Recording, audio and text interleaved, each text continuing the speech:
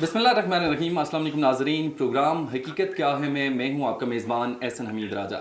नाज़रीन, आपको बताएं कि आज हमारे मेहमान हैं उज़्मा गुल तजियाकार हैं, और दूसरे जो हमारे मेहमान साहबज़ादा तारिकुल्लाह एक्स MNA हैं जमात इस्लामी से। आप दोनों मेहमानों को प्रोग्राम में खुश आमदीद कहता हूँ।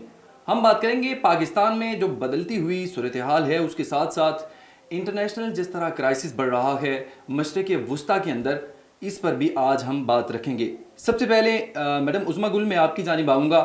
और जो एक इंटरनेशनली तौर पर तनाज़ा आप देख रहे हैं, और काफ़ी अरसे से 40,000 से ज़ायद फ़लस्तीनी जाने अपनी गंवा बैठे हैं, शहादतें वहाँ पे हासिल कर चुके हैं। अभी तक क्राइसिस ऐसे ही जूं का तूं है, और आप ये कह सकते हैं कि 56 इस्लामी ममालिक के सामने, और तमाम ये 56 इस्लामी ममालिक जितने भी हैं, इनकी टेक्नोलॉजी फ़ेल हो गई। लेकिन एक कंट्री ऐसी है कि जिसने अपनी टेक्नोलॉजी से दुनिया को हैरत ज़दा कर दिया। अभी जो क्राइसिस हुआ है, जिस तरह की इस्माइल हानिया की शहादत हुई है ईरान के अंदर, क्या समझती हैं कि ये क्राइसिस मज़ीद इंक्रीज़ होगा या ये डिक्लाइन की तरफ डिक्रीज़ होगा? आपका क्या ख्याल है? जी एहसन, बहुत शुक्रिया। ये बहुत ही बड़ा हादसा था, और बल्कि वारदात कहना चाहिए, साजिश थी जो इस्माइल हानिया साहब को, जिस तरीके से हानिया साहब को मारा गया है और जिस तरीके से उनको शहादत, तो हमारे लिए तो शहीद है, मगर उन्होंने तो अपनी तरफ से कोई कसर नहीं छोड़ी। बिल्कुल तनाज़ा बहुत बढ़ेगा, क्योंकि तनाज़ा है ही कोई नहीं ना। तनाज़ा तो हमारे वजूद से है, मुसलमानों से है। इस्लाम काबिल कबूल नहीं है, और जिसके लिए अभी तीसरी आलमी जंग का मैं कब से कह रही हूँ कि आगाज़ हो चुका है। 9/11 से किया था, उसका पहला फेज़ है। उसमें आपको पता है कि जिस तरीके से मुसलमानों को रामदाय दरगाह बना दिया गया था, और जिस तरीके से उनके साथ ज़्यादतियाँ हो रही थी, कि बिल्कुल हम लोग तो ऐसे थे कि मुजरिम हो चुके थे, किसी को बताना भी मुश्किल हो रहा था कि मुसलमान हैं। लोगों ने तो मगरब में दाढ़ियाँ तक अपनी शेव करनी शुरू कर दी थी, औरतों ने हिजाब उनसे उतरवा दिए गए थे। अब ये फ्रांस तक में भी अभी आपने रिसेंटली सुना होगा, जिस तरीके से हिजाब के खिलाफ सख्ती हो रही है। सही। तो बहुत कुछ हुआ, और इस सारे अरसे में बहुत कुछ मुसलमानों को रगड़ा मिला। और अब फिर उसका सेकंड फेज शुरू किया 7 अक्टूबर के बाद, जिसमें उन्होंने दबा के उनको मारा। इस कदर 40,000 बात हो गई, शहादतें हमारी तो हुई, और वो सारा कुछ किया। और 40,000 तो वो हैं जो कि हमारे उनके रिकॉर्ड में जो उनके सामने लाई जाती हैं, बॉडीज वगैरह ये जो पेश की जाती हैं। बाकी वो जो दब गई मलबे तले, तो हजारों टन मलबा है, उसमें से कैसे वो ढूंढ के निकालेंगे? तो एक अंदाजे के मुताबिक ये 2.5 लाख से ऊपर इस वक्त तक तमाम शहादतें हो चुकी हैं। और इसके अलावा आप खुद ही देख लें कि कितनी, अब ये जो डिक्लेयर कर रहे हैं कि कितने जख्मी हैं, बहुत कुछ हो चुका है। मगर ज़रूरी है कि ये समझें कि इसका बैकग्राउंड क्या है, कि ये चाहते हैं कि पूरी दुनिया में मुसलमानों को ख़त्म किया जाए। मुसलमान इनको काबिल कबूल नहीं है। हमारा तर्ज ज़िंदगी, हमारा तरीक़ाकार, हमारी सोच के ज़ाविये, वो सब इनको नाकाबिल बर्दाश्त है।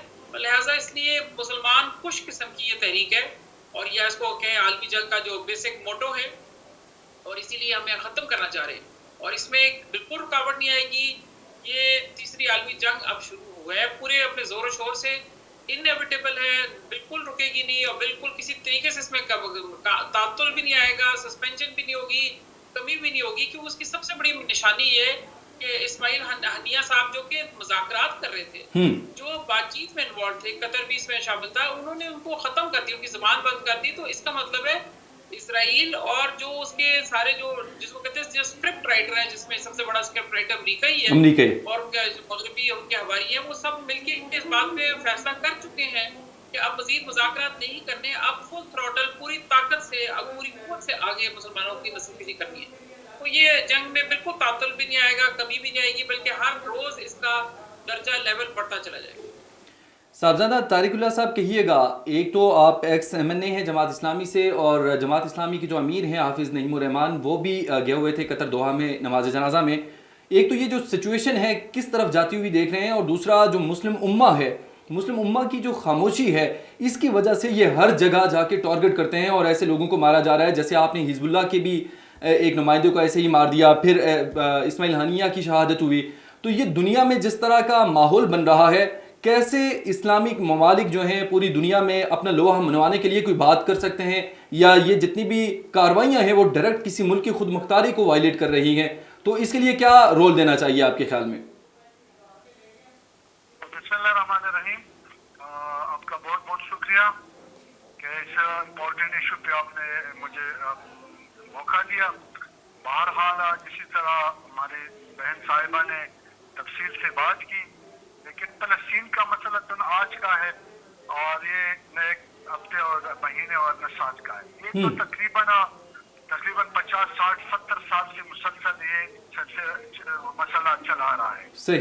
और खासकर सन 65-67 में जंग, उस वक्त को जो जंग हुआ अरब और इसराइल का, और इसमें इसराइल ने अरब का बहुत सा इलाका वैसे ही कब्जा किया। वहाँ पे उन्होंने अपना फिर रियासती इसराइली हुकूमत मजबूत हो गई और इसके बाद ये सिलसिला चला रहा है। अब जो सूरत हाल है, गजा का जो सूरत हाल है और वहाँ पे जो शहादा हुए, तकरीबन 40-45 हज़ार से ज़्यादा शहादा हो गए। इस्माइल हानिया इस वक्त शहीद हो गया है और ईरान में उसकी शहादत वहाँ पे हुई, लेकिन उन्होंने बहरहाल इसराइल के साथ यानी एक बंदा अपने दिफा के लिए उन्होंने वो एक्शन लिया था, वो जंग उन्होंने शुरू किया था और इसके नतीजे में तकरीबन 40,000 से ज्यादा खवातीन और बच्चे और नौजवान और बूढ़े शहीद हो गए। अब वो ऐसी सूरत हाल में है कि कोई मुसलमान कंट्री, कोई मुसलमान मुल्क उसका कोई दिफा, कोई उनका इमदाद नहीं कर रहे।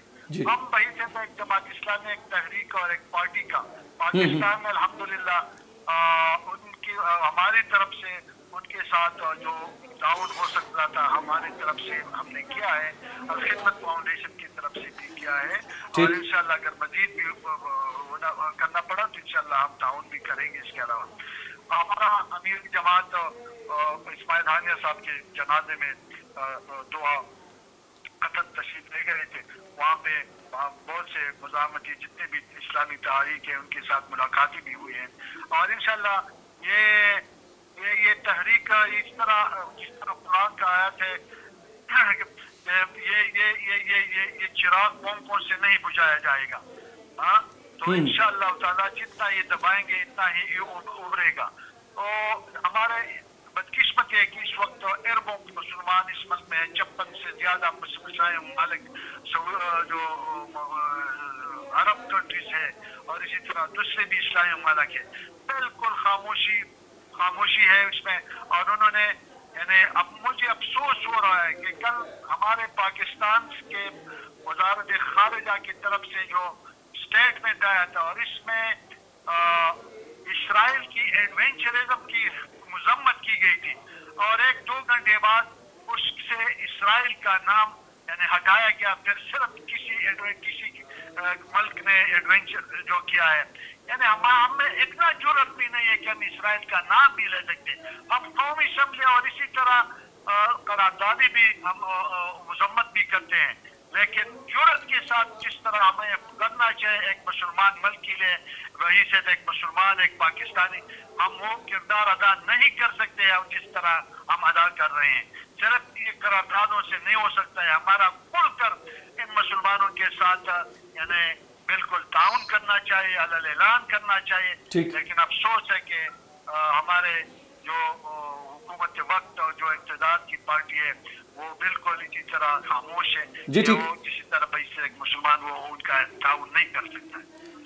मैडम उज़्मा गुल, आपकी तरफ में आऊँगा, आपसे इस हवाले से पूछना है। एक तो ये बताइएगा कि क्या करारदादों जितनी भी करारदादें पेश हो रही हैं इससे मसाइल हल हो जाएंगे या किसी भी कंट्री का कोई सोल्यूशन निकल आएगा? दूसरे नंबर पे आपसे ही इसी हवाले से पूछना है कि ईरान के जो सुप्रीम लीडर हैं आयतुल्लाह ख़ामनेई, उन्होंने ऐलान किया है कि हम कार्रवाई करेंगे इसराइल के ख़िलाफ़। तो क्या समझती हैं, इससे पहले भी एक कार्रवाई हुई ईरान की तरफ से ही, आपने देखा कि बड़ी तादाद में रॉकेट दागे गए, लेकिन उनसे एज सच कोई नुकसान ना इसराइल का हुआ, ना वहाँ पे कोई उनकी डेथ हुई, कोई चीज़ हमें देखने को नहीं मिली। तो क्या समझती हैं कि अगली जो कार्रवाई होगी, जो जंग के हवाले से कहा जा रहा है कि मशरिक़ वुस्ता में एक जंग की सी कैफियत है, दोबारा से अगर ऐसे ही रॉकेट दागे गए तो क्या उनसे कोई फ़ायदा होगा या मज़ीद उन फ़लस्तीनियों का नुकसान ही होगा? ये कह रही हूँ क्योंकि जिस वक्त पहली दफ़ा इन्होंने किया था, अगर आपको जनरल कासिम सुलेमानी का वाक़या से वहाँ से शुरू करते हैं तो वहाँ आप देखेंगे इन्होंने पहले अमेरिका को प्री वॉर्न करके उन्होंने अपना बेस खाली कर दिया। उन्होंने सिर्फ कुछ बिल्डिंगें गिरा दी और अपने लोगों को तसल्ली दे दी कि हमने बदला ले लिया, क्योंकि उन्होंने उनको माली नुकसान पहुंचाया। और वो एक देखिए एक ईरान की तरफ से एक मुस्बित कार्रवाई इसलिए लगी कि वो देखिए वो एस्केलेशन नहीं चाहते थे, क्योंकि ये बेहतर तरीका होता है कि आप लड़ाई में फौरन ही ایک دم سے نہ گھس جائیں. اور یہی کام انہوں نے سیکنڈ ٹائم بھی کیا جب کہ اس کے اوپر سارا واقعہ ہوا اور انہوں نے اٹیک کیے. 300 میزائل مارے انہوں نے. اور وہ 300 میزائل کے باوجود انہوں نے، کیونکہ امریکہ کو پہلے سے پری وارن کر دیا تھا، انہوں نے راستے میں ان کو کاؤنٹر کر لیا. اور ظاہر ان کو انہوں نے ایک نواتم بیس ہے ان کا، اس میں تو بڑا نقصان کیا جو F-35 نے جب وہ سیریا کے اس پہ کیا تھا. مگر باقی تمام چیزیں جو بیچ میں زیادہ تر نقصان تھا اس یا جانی نقصان سے بچا دیے گئے. مگر اب کی دفعہ بالکل واردات فرق ہے، کیونکہ اس دفعہ جو ہے آپ نے ایران کے ساتھ ایک تو جان بوجھ کے اسرائیل چاہ رہا ہے کہ ایران کو لڑائی میں گھسیٹے اور وہ جنگ انیویٹیبل، جیسے میں نے کہا ہے کہ ہر حالت میں جنگ ہوگی، کیونکہ جنگ انہوں نے تیار کر لیا، فیصلہ کر لیا. اور اسماعیل ہنیہ ٹھیک. صاحب کے ان کے شہادت سے انہوں نے 2 میسج دیے ہیں کہ ایک تو ہم تمہارے گھر میں گھس کے تمہیں ماریں گے، اور دوسرا ہم، طریقہ بات یہ کہ ہم مزید اس کے اوپر مذاکرات نہیں کرنا چاہتے. تو یہ دونوں جو میسج ان کو گئے ہیں، اب اس وقت ایران کے سپریم لیڈر نے جو فیصلہ کیا ہے وہ بالکل مناسب فیصلہ اس لیے لگ رہا ہے کہ اس وقت اب مزید اس کو ہم کھینچ نہیں سکتے، یا اس کو جس کو کہتے ہیں کہ حد ہو گئی والی بات ہے. انہوں نے اسی لیے کرنا ہے. اب ضرورت اس امر کی ہے کہ وہ یہ طے کریں کہ کیا انہوں نے ان کو پری وارن کر کے پھر وہی کام کرنا ہے، یا اب اپنا سرپرائز کا ایلیمنٹ رکھتے ہوئے جب دل چاہے اٹیک کریں اور جیسے چاہے اٹیک کریں. اور میرا اپنا یہ خیال ہے کہ اس دفعہ وہ ایسے ہی کریں گے کہ اب جو ایلیمنٹ آف سرپرائز ہوگا وہ انہی کے پاس ہوگا. اچھا میم، جس طرح کی سچویشن ہے، دیکھیں ایک خود مختار ملک کی خود مختاری پہ ٹارگٹ کیا گیا ہے. اس پر ڈیفینیٹلی ایک آپ نے مہمان بلایا ہوا ہے، اور اس کے ساتھ اگر ایسا واقعہ ہو جاتا ہے تو کیا دنیا اس پر کوئی رد عمل نہیں دے گی آپ کے خیال میں؟ دنیا نے تو طے کر لیا نا. دیکھیں اس وقت پوری دنیا جو ہے نا 2 حصوں میں ڈیوائڈ ہو گئی ہے. طارق اگر اللہ صاحب، آپ میں ماڈرن آپ کی طرف آتا ہوں. طارق اللہ صاحب، میں آپ سے کوسچن کرتا ہوں. میں ابھی میڈم سے بات کر رہا ہوں اسی حوالے سے. جی جی میم، آپ کنٹینیو کیجیے. دنیا اس وقت 2 حصوں میں ڈیوائڈ ہو چکی ہے. اس وقت اگر عملاً دیکھا جائے، ایک وہ ہے جو فلسطین کے ساتھ کھڑے ہیں، اس کے لیے قربانی دینے پہ تیار ہیں، اس کی سپورٹ کر رہے ہیں اور اس کاز کے ساتھ کھڑے ہیں. اور جو ان کو یہ اندازہ ہے کہ جب جہاں جہاد فرض ہو جاتا ہے تو اس میں کوئی دو رائے نہیں ہوتی. جہاد جب فرض ہے تو پھر فرض ہے، اس میں کوئی اس میں آپشن نہیں رہ جاتی. تو وہ ایک گروپ بن گیا. اور ایک وہ گروپ ہے جو باقی ہے، جو سارا جو کہ کے دباؤ میں ہے یا کسی مصلحت کے تحت ہے، اور جس میں مسلمان ممالک کی تعداد زیادہ ہے، کیونکہ آپ خود بھی کہہ رہے ہیں 57 ممالک ہیں مسلمان، اور ان کا یہ حال ہے کہ آج ان میں سے کوئی ایک آواز بھی نہیں نکال رہا. اور OIC بھی ایک ڈیڈ ہارس کی طرح ایک مردہ گھوڑا بنا ہوا ہے. عرب لیگ بیکار ہو چکی ہے. تو یہ چیزیں جب دیکھتے ہیں تو آپ پتہ لگتا ہے اس وقت دنیا 2 حصوں میں تقسیم ہو گئی ہے. اور یہی ہماری نبی صلی اللہ علیہ وسلم کی بشارت بھی ہے کہ میرے زیادہ عوام لوگ مسلمان جو ہیں وہ ان کا قتال ہوگا، کیونکہ اور کچھ ان کے ساتھ مل جائیں گے. تو یہ 1/3 کا فارمولا ہے. تو باقی جو تھوڑے لوگ ہیں وہی لڑیں گے، اور اللہ تعالیٰ انشاءاللہ ان کو فتح دے گا. تو ہمیں صرف جو لوگ اس پہ یقین رکھتے ہیں ان کو مثبت قدم رہنے کی ضرورت ہے. اور انشاءاللہ فتح تو ہمارے پاس پہلے سے بشارت ہے. ہم ضرور انشاءاللہ فتح یاب ہوں گے. اور نہ بھی ہوئے تو اللہ کی راہ میں جان دینے سے، یہ جان تو اسی کی دی ہوئی ہے، تو اگر ہم نے دے دی تو کون سا حق ادا کر دیا؟ کوئی کمال نہیں کیا. یہ فرض ہے، اور اس کو اگر فرض کے طور پہ دیکھا جائے تو یہ جنگ ہونا ہوتی ہے تو ہوئے پڑی، اور اس کو فیس کرنا ہے. مگر ایران اس وقت بڑا کرٹیکل سٹیج پر ہے، جہاں ایران کو یہ فیصلہ کرنا ہے کہ اس نے پوری مسلم دنیا کو ختم کرنے میں مددگار ثابت ہونا ہے، یا اس نے سٹینڈ لینا ہے اور ایک ایسی جنگ شروع کرنے پہ رضامندی ظاہر کر دینی ہے کہ جس کا انجام ہر ایک کو پتہ ہے کہ تباہی اور بربادی ہے. مگر بہرحال اس میں اس باعزت اور باہمیت قومیں جو ہوتی ہیں وہ عزت سے جیتی بھی اور عزت سے مرتی بھی. اچھا میڈم، آپ نے اس حوالے سے بڑا اچھا وہ تمام تر چیزیں بیان کی ہیں. لیکن جہاں تک بات ہے، اگر ہم ایران کی بات کریں، لیکن امریکہ جیسے کر رہا ہے، امریکہ نے بحری اپنے بھیڑے بھیج دیے ہیں وہاں پہ، اور وہ پوری جنگ کے لیے تیار ہے. وہ بھی یہ کہہ رہا ہے کہ ہم پوری طور پر جو اسرائیل کے خلاف جتنے بھی اٹھنے والے قدم ہیں تو ہم ان کے خلاف کھڑے ہوں گے. تو یہ تو جو دنیا کی سپر پاور ہے اس سے کم از کم اس حوالے سے دیکھنا چاہیے. لیکن وہ جس طرح کے اقدامات اٹھا رہی ہے، ایسے تو پھر مشکل ہو جائے گا. یہ سمجھنے کی ضرورت ہے کہ یہ اسرائیل جنگ نہیں لڑ رہا. آپ یہی سمجھنے کی ضرورت ہے. یہ امریکہ اور مغرب جنگ لڑ رہا ہے، اور اس کی بیسک مقصد یہ ہے کہ تمام مسلمانوں کی مسلم کش قسم کی یہ جو جنگ ہے اس کا نام ہونا چاہیے. اور یہ اور دوسرے نمبر پہ یہ آرتھوڈاکس عیسائیوں کے خلاف ہے، کہ جس میں رشیا اور سیریا کے عیسائی ان کے خلاف ہے. یہ دو لوگوں کو کی، یا کہنا چاہیے دو مذاہب کی وہ ختم کرنا چاہتے ہیں، تاکہ وہ اپنی جو ہیجمنی ہے، جو اپنی اجارہ داری ہے خطے میں، وہ قائم رکھ سکے. ان کو صرف مسئلہ فی الحال ٹارگٹ جو ان کا تھا وہ چائنا فوکس تھا. مگر اس دوران وہ چائنا یا کسی کے قریب بھی گھیرا تنگ کرنے کے لیے ضروری ہے کہ پہلے یہ جو کانٹے ہیں ان کے راستے میں یہ ہٹ جائے. तो ये वो हम सही कांटे हैं वो जो उनको चुभ रहे हैं, उनको तंग कर रहे हैं। और कोई भी बड़ा काम यानी कि अगर इज़राइल इस खत्ते में कोई पुलिसमैन का किरदार अदा करना चाहता है या उसको ये किरदार उसका प्लान है, तो वो नहीं रह सकेगा जब तक कि मुसलमान कायम मौजूद हैं। इसलिए सबसे पहले उनको सफ़र हस्ती से मिटा के और मशरिक़ वुस्ता के तमाम असासे जो तमाम तेल और तमाम जितनी जो मिनरल्स वग़ैरह और चीज़ें हैं, उन पे काबिज़ होना मकसद है। क्योंकि जब तक वो ताकत नहीं देंगे या उसको वो अथॉरिटी नहीं मिलेगी इस रीजन में, वो कैसे आगे चलेगा? इस खित्ते सही में कहने को बात ये है कि अगर ये सारे लोग ये समझ रहे हैं कि ईरान को शायद मार पड़ जाएगी तो हम बच जाएँगे या हमारी बारी नहीं आएगी, ये बारी-बारी सबकी आएगी, ये ग्रेटर इज़राइल का प्रोजेक्ट है और हुँ, इसमें हुँ। पाकिस्तान भी नहीं बच सकता क्योंकि जब तक पाकिस्तान अपनी न्यूक्लियर सलाहियत के साथ और अपनी आला अफ़वाज के साथ जो हमारी बहुत ही काबिल फ़ौज है, दुनिया में मानी जाती है इसकी काबिलियत, ये मौजूद है एग्ज़ैक्टली। तब तक वो हम भी उनको काबिल कबूल नहीं होंगे, तो लिहाज़ा ये हुँ। हमारी बारी भी सूनर और लेटर आएगी। सही, आपका पॉइंट आ गया। साहबज़ादा तारिकुल्लाह साहब, मैं आपकी जानिब आऊँगा। एक तो हम इंटरनेशनल मसाइल को डिस्कस कर रहे हैं, साथ पाकिस्तान में जिस तरह के मसाइल हैं, महंगाई के हवाले से आप अभी भी 9वें रोज़ आपका धरना जारी है रावलपिंडी में। कहिएगा इस तमाम तर सिचुएशन के हवाले से किस तरफ जाती हुई है ये आपकी एक सिचुएशन, और दूसरा हुकूमत के साथ जो आपके मुज़ाकरात चल रहे हैं उस हवाले से बताइएगा, कहाँ तक पहुँचे आपके मुज़ाकरात?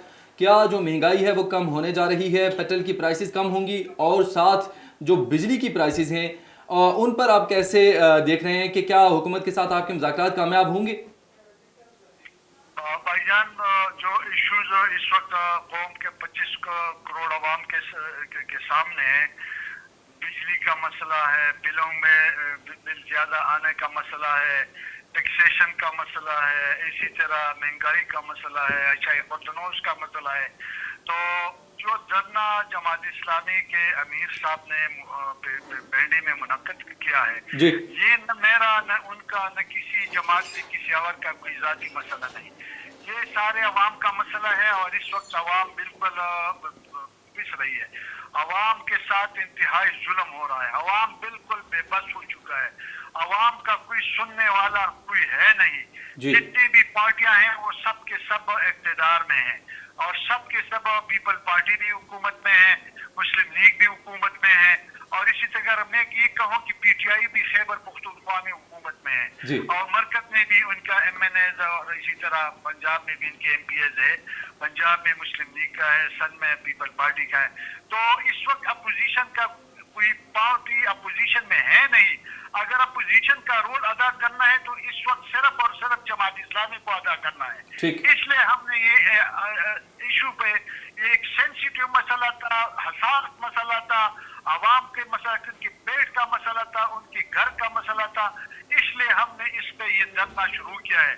और हुकूमत को हम इस बात पे मजबूर करेंगे कि वो बिजली की कीमतों में भी कमी करे, महंगाई में भी करे, और इसी तरह IPP जो अब आप मुझे भी अभी IPPs का पता नहीं था, इसी तरह किसी और को भी IPPs का पता नहीं था कि IPPs के जरिए इस मुल्क को किस तरह निचोड़ किया गया है, इस पे आवाम से कितना अरबों रुपया उससे लिया गया है। और ये भी एक यूनिट, और इसी तरह के IPP प्रोडक्शन करता भी नहीं, लेकिन उसके बावजूद उनको अरबों रुपया माहाना मिल रहा है, सालाना मिल रहा है। तो इससे पता है कि मुल्क कितना तबाह बर्बाद है। हमारे रिजर्व का आप इस वक्त अंदाजा लगाएं कि हमारा रिजर्व सिर्फ 14 अरब अभी है, और इसके मुकाबले में अगर इंडिया का अलग लगाएं तो 600 से ज्यादा उनका रिजर्व है। बिल्कुल। तो ये आखिर ये मुल्क कब तक इसी तरह, यानी 22 अरब तक कभी पाकिस्तान बनने के बाद हमारे रिजर्व बड़ा नहीं है, हमारे बरामदात बिल्कुल खत्म हो रही है, दरामद ज्यादा हो रहे हैं, और बरामदात इसी तरह बिल्कुल जीरो पे आ गए हैं। अच्छा, और इसी तरह तारिकुल्लाह साहब, सरकारी नौकर जो है, जो नौकर पेशा लोग हैं, उन पे जितना टैक्स लगाया, 1 लाख रुपए माहाना आमदनी वाले पर तकरीबन 15% टैक्स लगाया गया है। किसी की बस की बात नहीं है, इसलिए हमने धरना किया है। हुकूमत इसमें मुखलिस नहीं है, अभी तक हमारे 2 राउंड उनके साथ हो गए हैं, और फिर टेक्निकल कमेटी उन्होंने बनाई है। तो इनका तो ये ख्याल था कि जमात इस्लामी किसी तरह आम पार्टी है, और न इसके साथ कोई एक्सपर्ट होगा, न कोई काबिल लोग होंगे। फिर हमने उस कमेटी में जो एक्सपर्ट डाले हैं, इंशाल्लाह वो उनको साबित करेंगे कि आप जिस जलालत के साथ आपने इन एग्रीमेंट के IPPs का एग्रीमेंट किया है, इस मुल्क को आपने तबाह किया।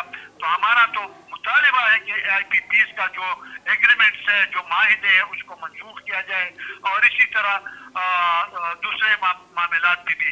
तो बहरहाल हमारा तो कोशिश है कि इंशाअल्लाह हम हुकूमत को इस बात पे मजबूर करेंगे कि कम से कम लोगों का ये मसला हल हो सके। सही हो गया। उज़्मा गुल साहिबा, एक तो जो सियासी जमातें हैं, इस हवाले से आपसे वैसे डिस्कस करना तो नहीं था, लेकिन कुछ चीज़ें ऐसी हैं कि जो मुल्क की मफाद के लिए बड़ी ज़रूरी हैं, जो आपसे भी, क्योंकि आप इस हवाले से तज़िया भी अपना देती हैं और साथ लिखती भी हैं, तो क्या समझती हैं कि जो सियासी मामलात हैं, सियासी जमातें जब तक एक पेज पर नहीं होंगी तो क्या मुल्क की मईशत को हम आगे लेकर जा सकते हैं? तारिकुल्लाह साहब, मैं आपसे नहीं पूछ रहा, मैं उज़्मा गुल साहिबा से पूछ रहा हूँ। जी जी जी।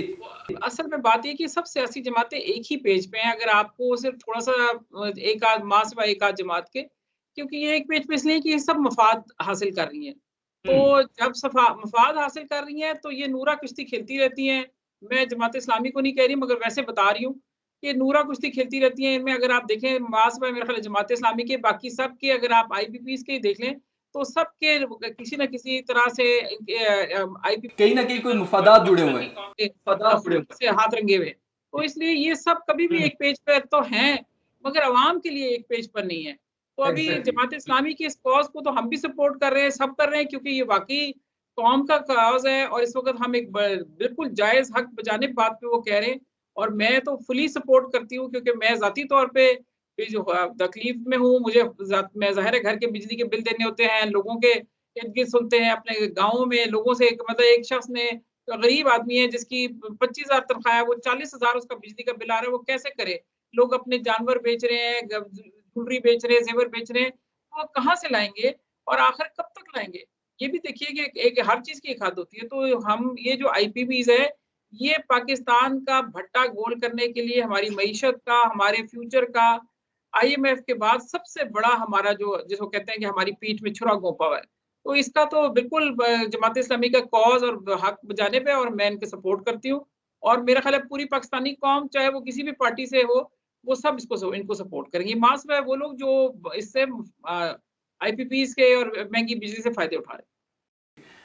सफदरजंग साहब, मैं अपने बहन साहिबा का बहुत बहुत शुक्रिया अदा करता हूँ कि उन्होंने हमारे इशू को सपोर्ट किया और मेरा यकीन है कि इंशाल्लाह जो भी सेंसिबल, जो भी संजीदा लोग हैं वो हमारे साथ है और इंशाल्लाह हमारी इस इशू को सपोर्ट करता है। अच्छा तारिकुल्लाह साहब, एक तो ओपोजिशन जो अलायंस है उसका आप हिस्सा बनेंगे, जिस तरह बानी PTI के हवाले से कहा जा रहा है कि वो ये कह रहे हैं कि हम एक अलायंस बनाने जा रहे हैं, तो उसमें जमात इस्लामी शरीक होगी या नहीं?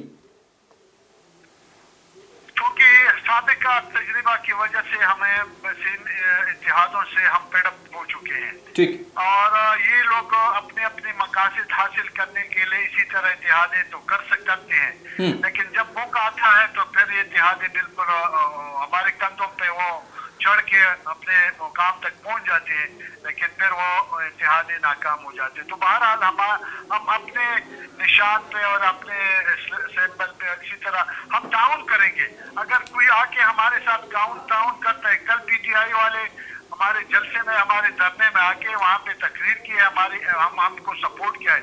इसी तरह हम भी इंशाअल्लाह ताला अगर आईन के इस्तेहकाम के हवाले से अगर कोई बात हो कि आईन पे अमल किया जाए और कॉन्स्टिट्यूशन पे यानी अज़्म कॉन्स्टिट्यूशन, तो इंशाअल्लाह हम इसके साथ सपोर्ट कर सकते हैं।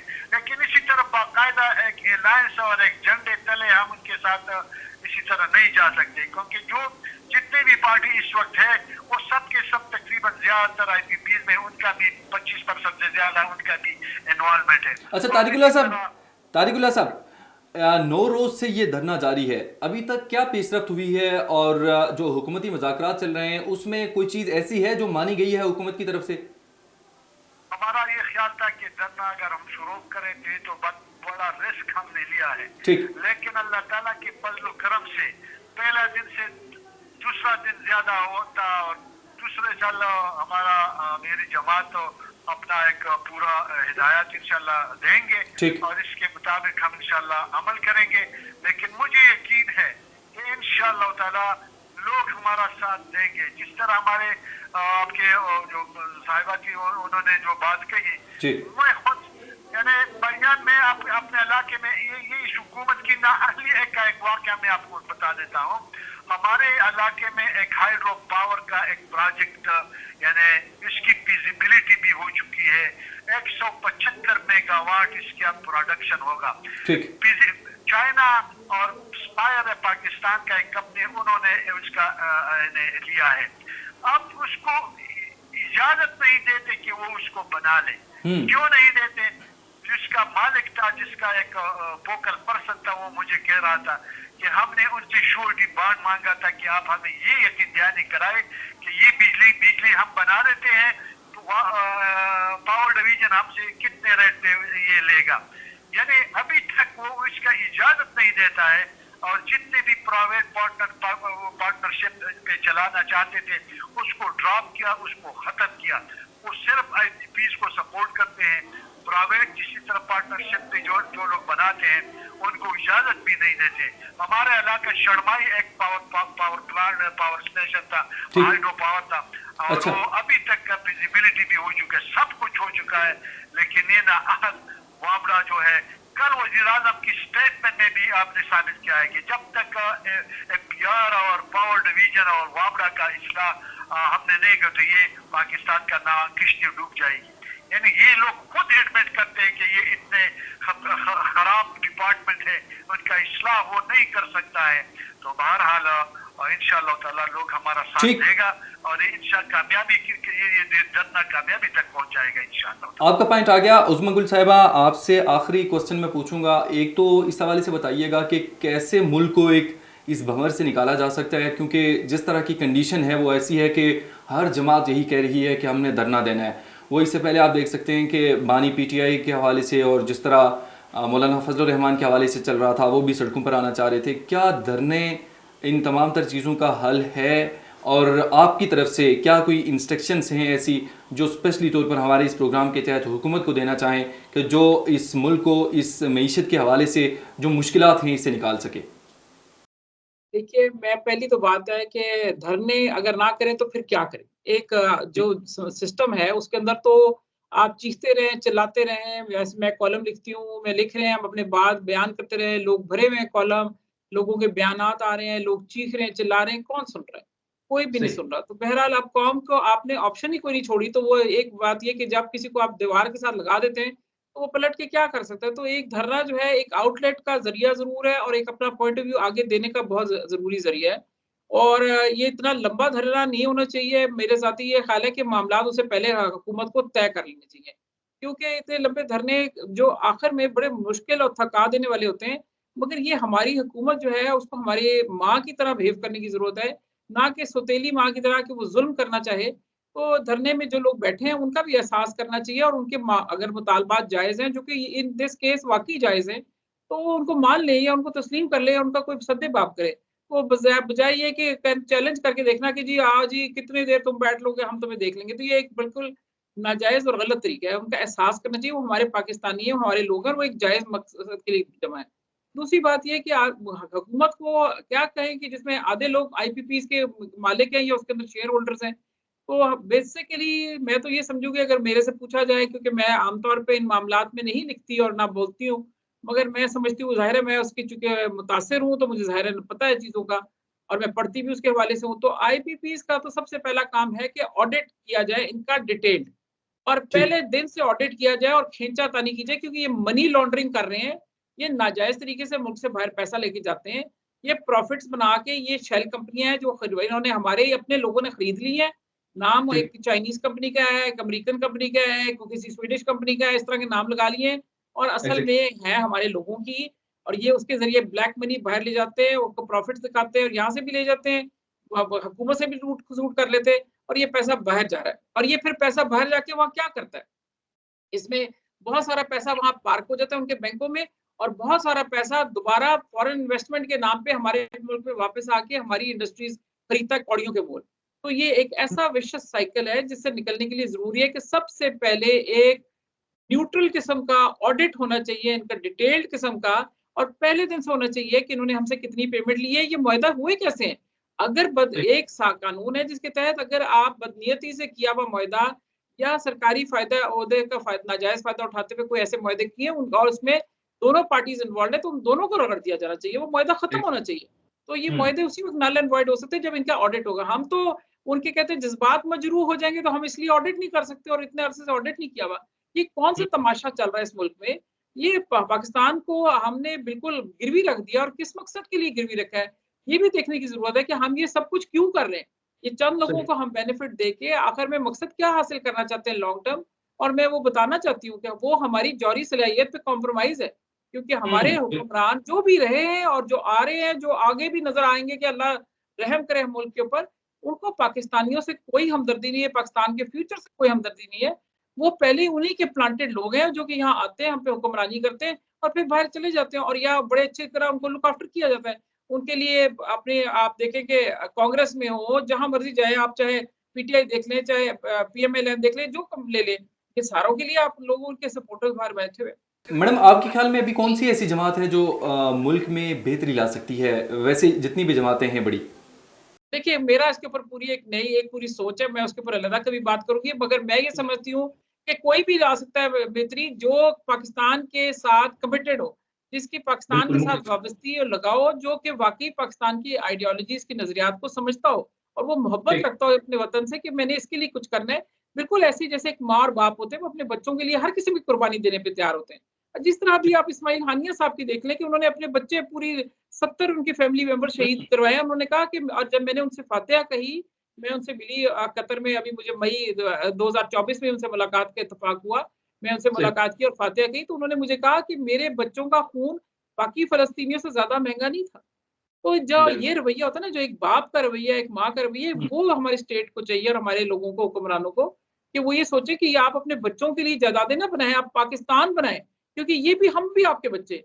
तो जब ये रवैया होगा तो सब चीज़ें ठीक हो जाएँगी। एग्जैक्टली, आपने बजा कहा। आपका प्रोग्राम में आपने शिरकत की उज़्मा गुल साहिबा, बहुत बहुत शुक्रिया। साहबजादा तारिकुल्लाह साहब, आपने भी हमें कॉल के ज़रिए ज्वाइन किया, आपका भी बहुत बहुत शुक्रिया। नाज़रीन, प्रोग्राम आपने सुना, फीडबैक लाजमी दीजिएगा। अगले प्रोग्राम के लिए इजाज़त दीजिए। अल्लाह निगहबान।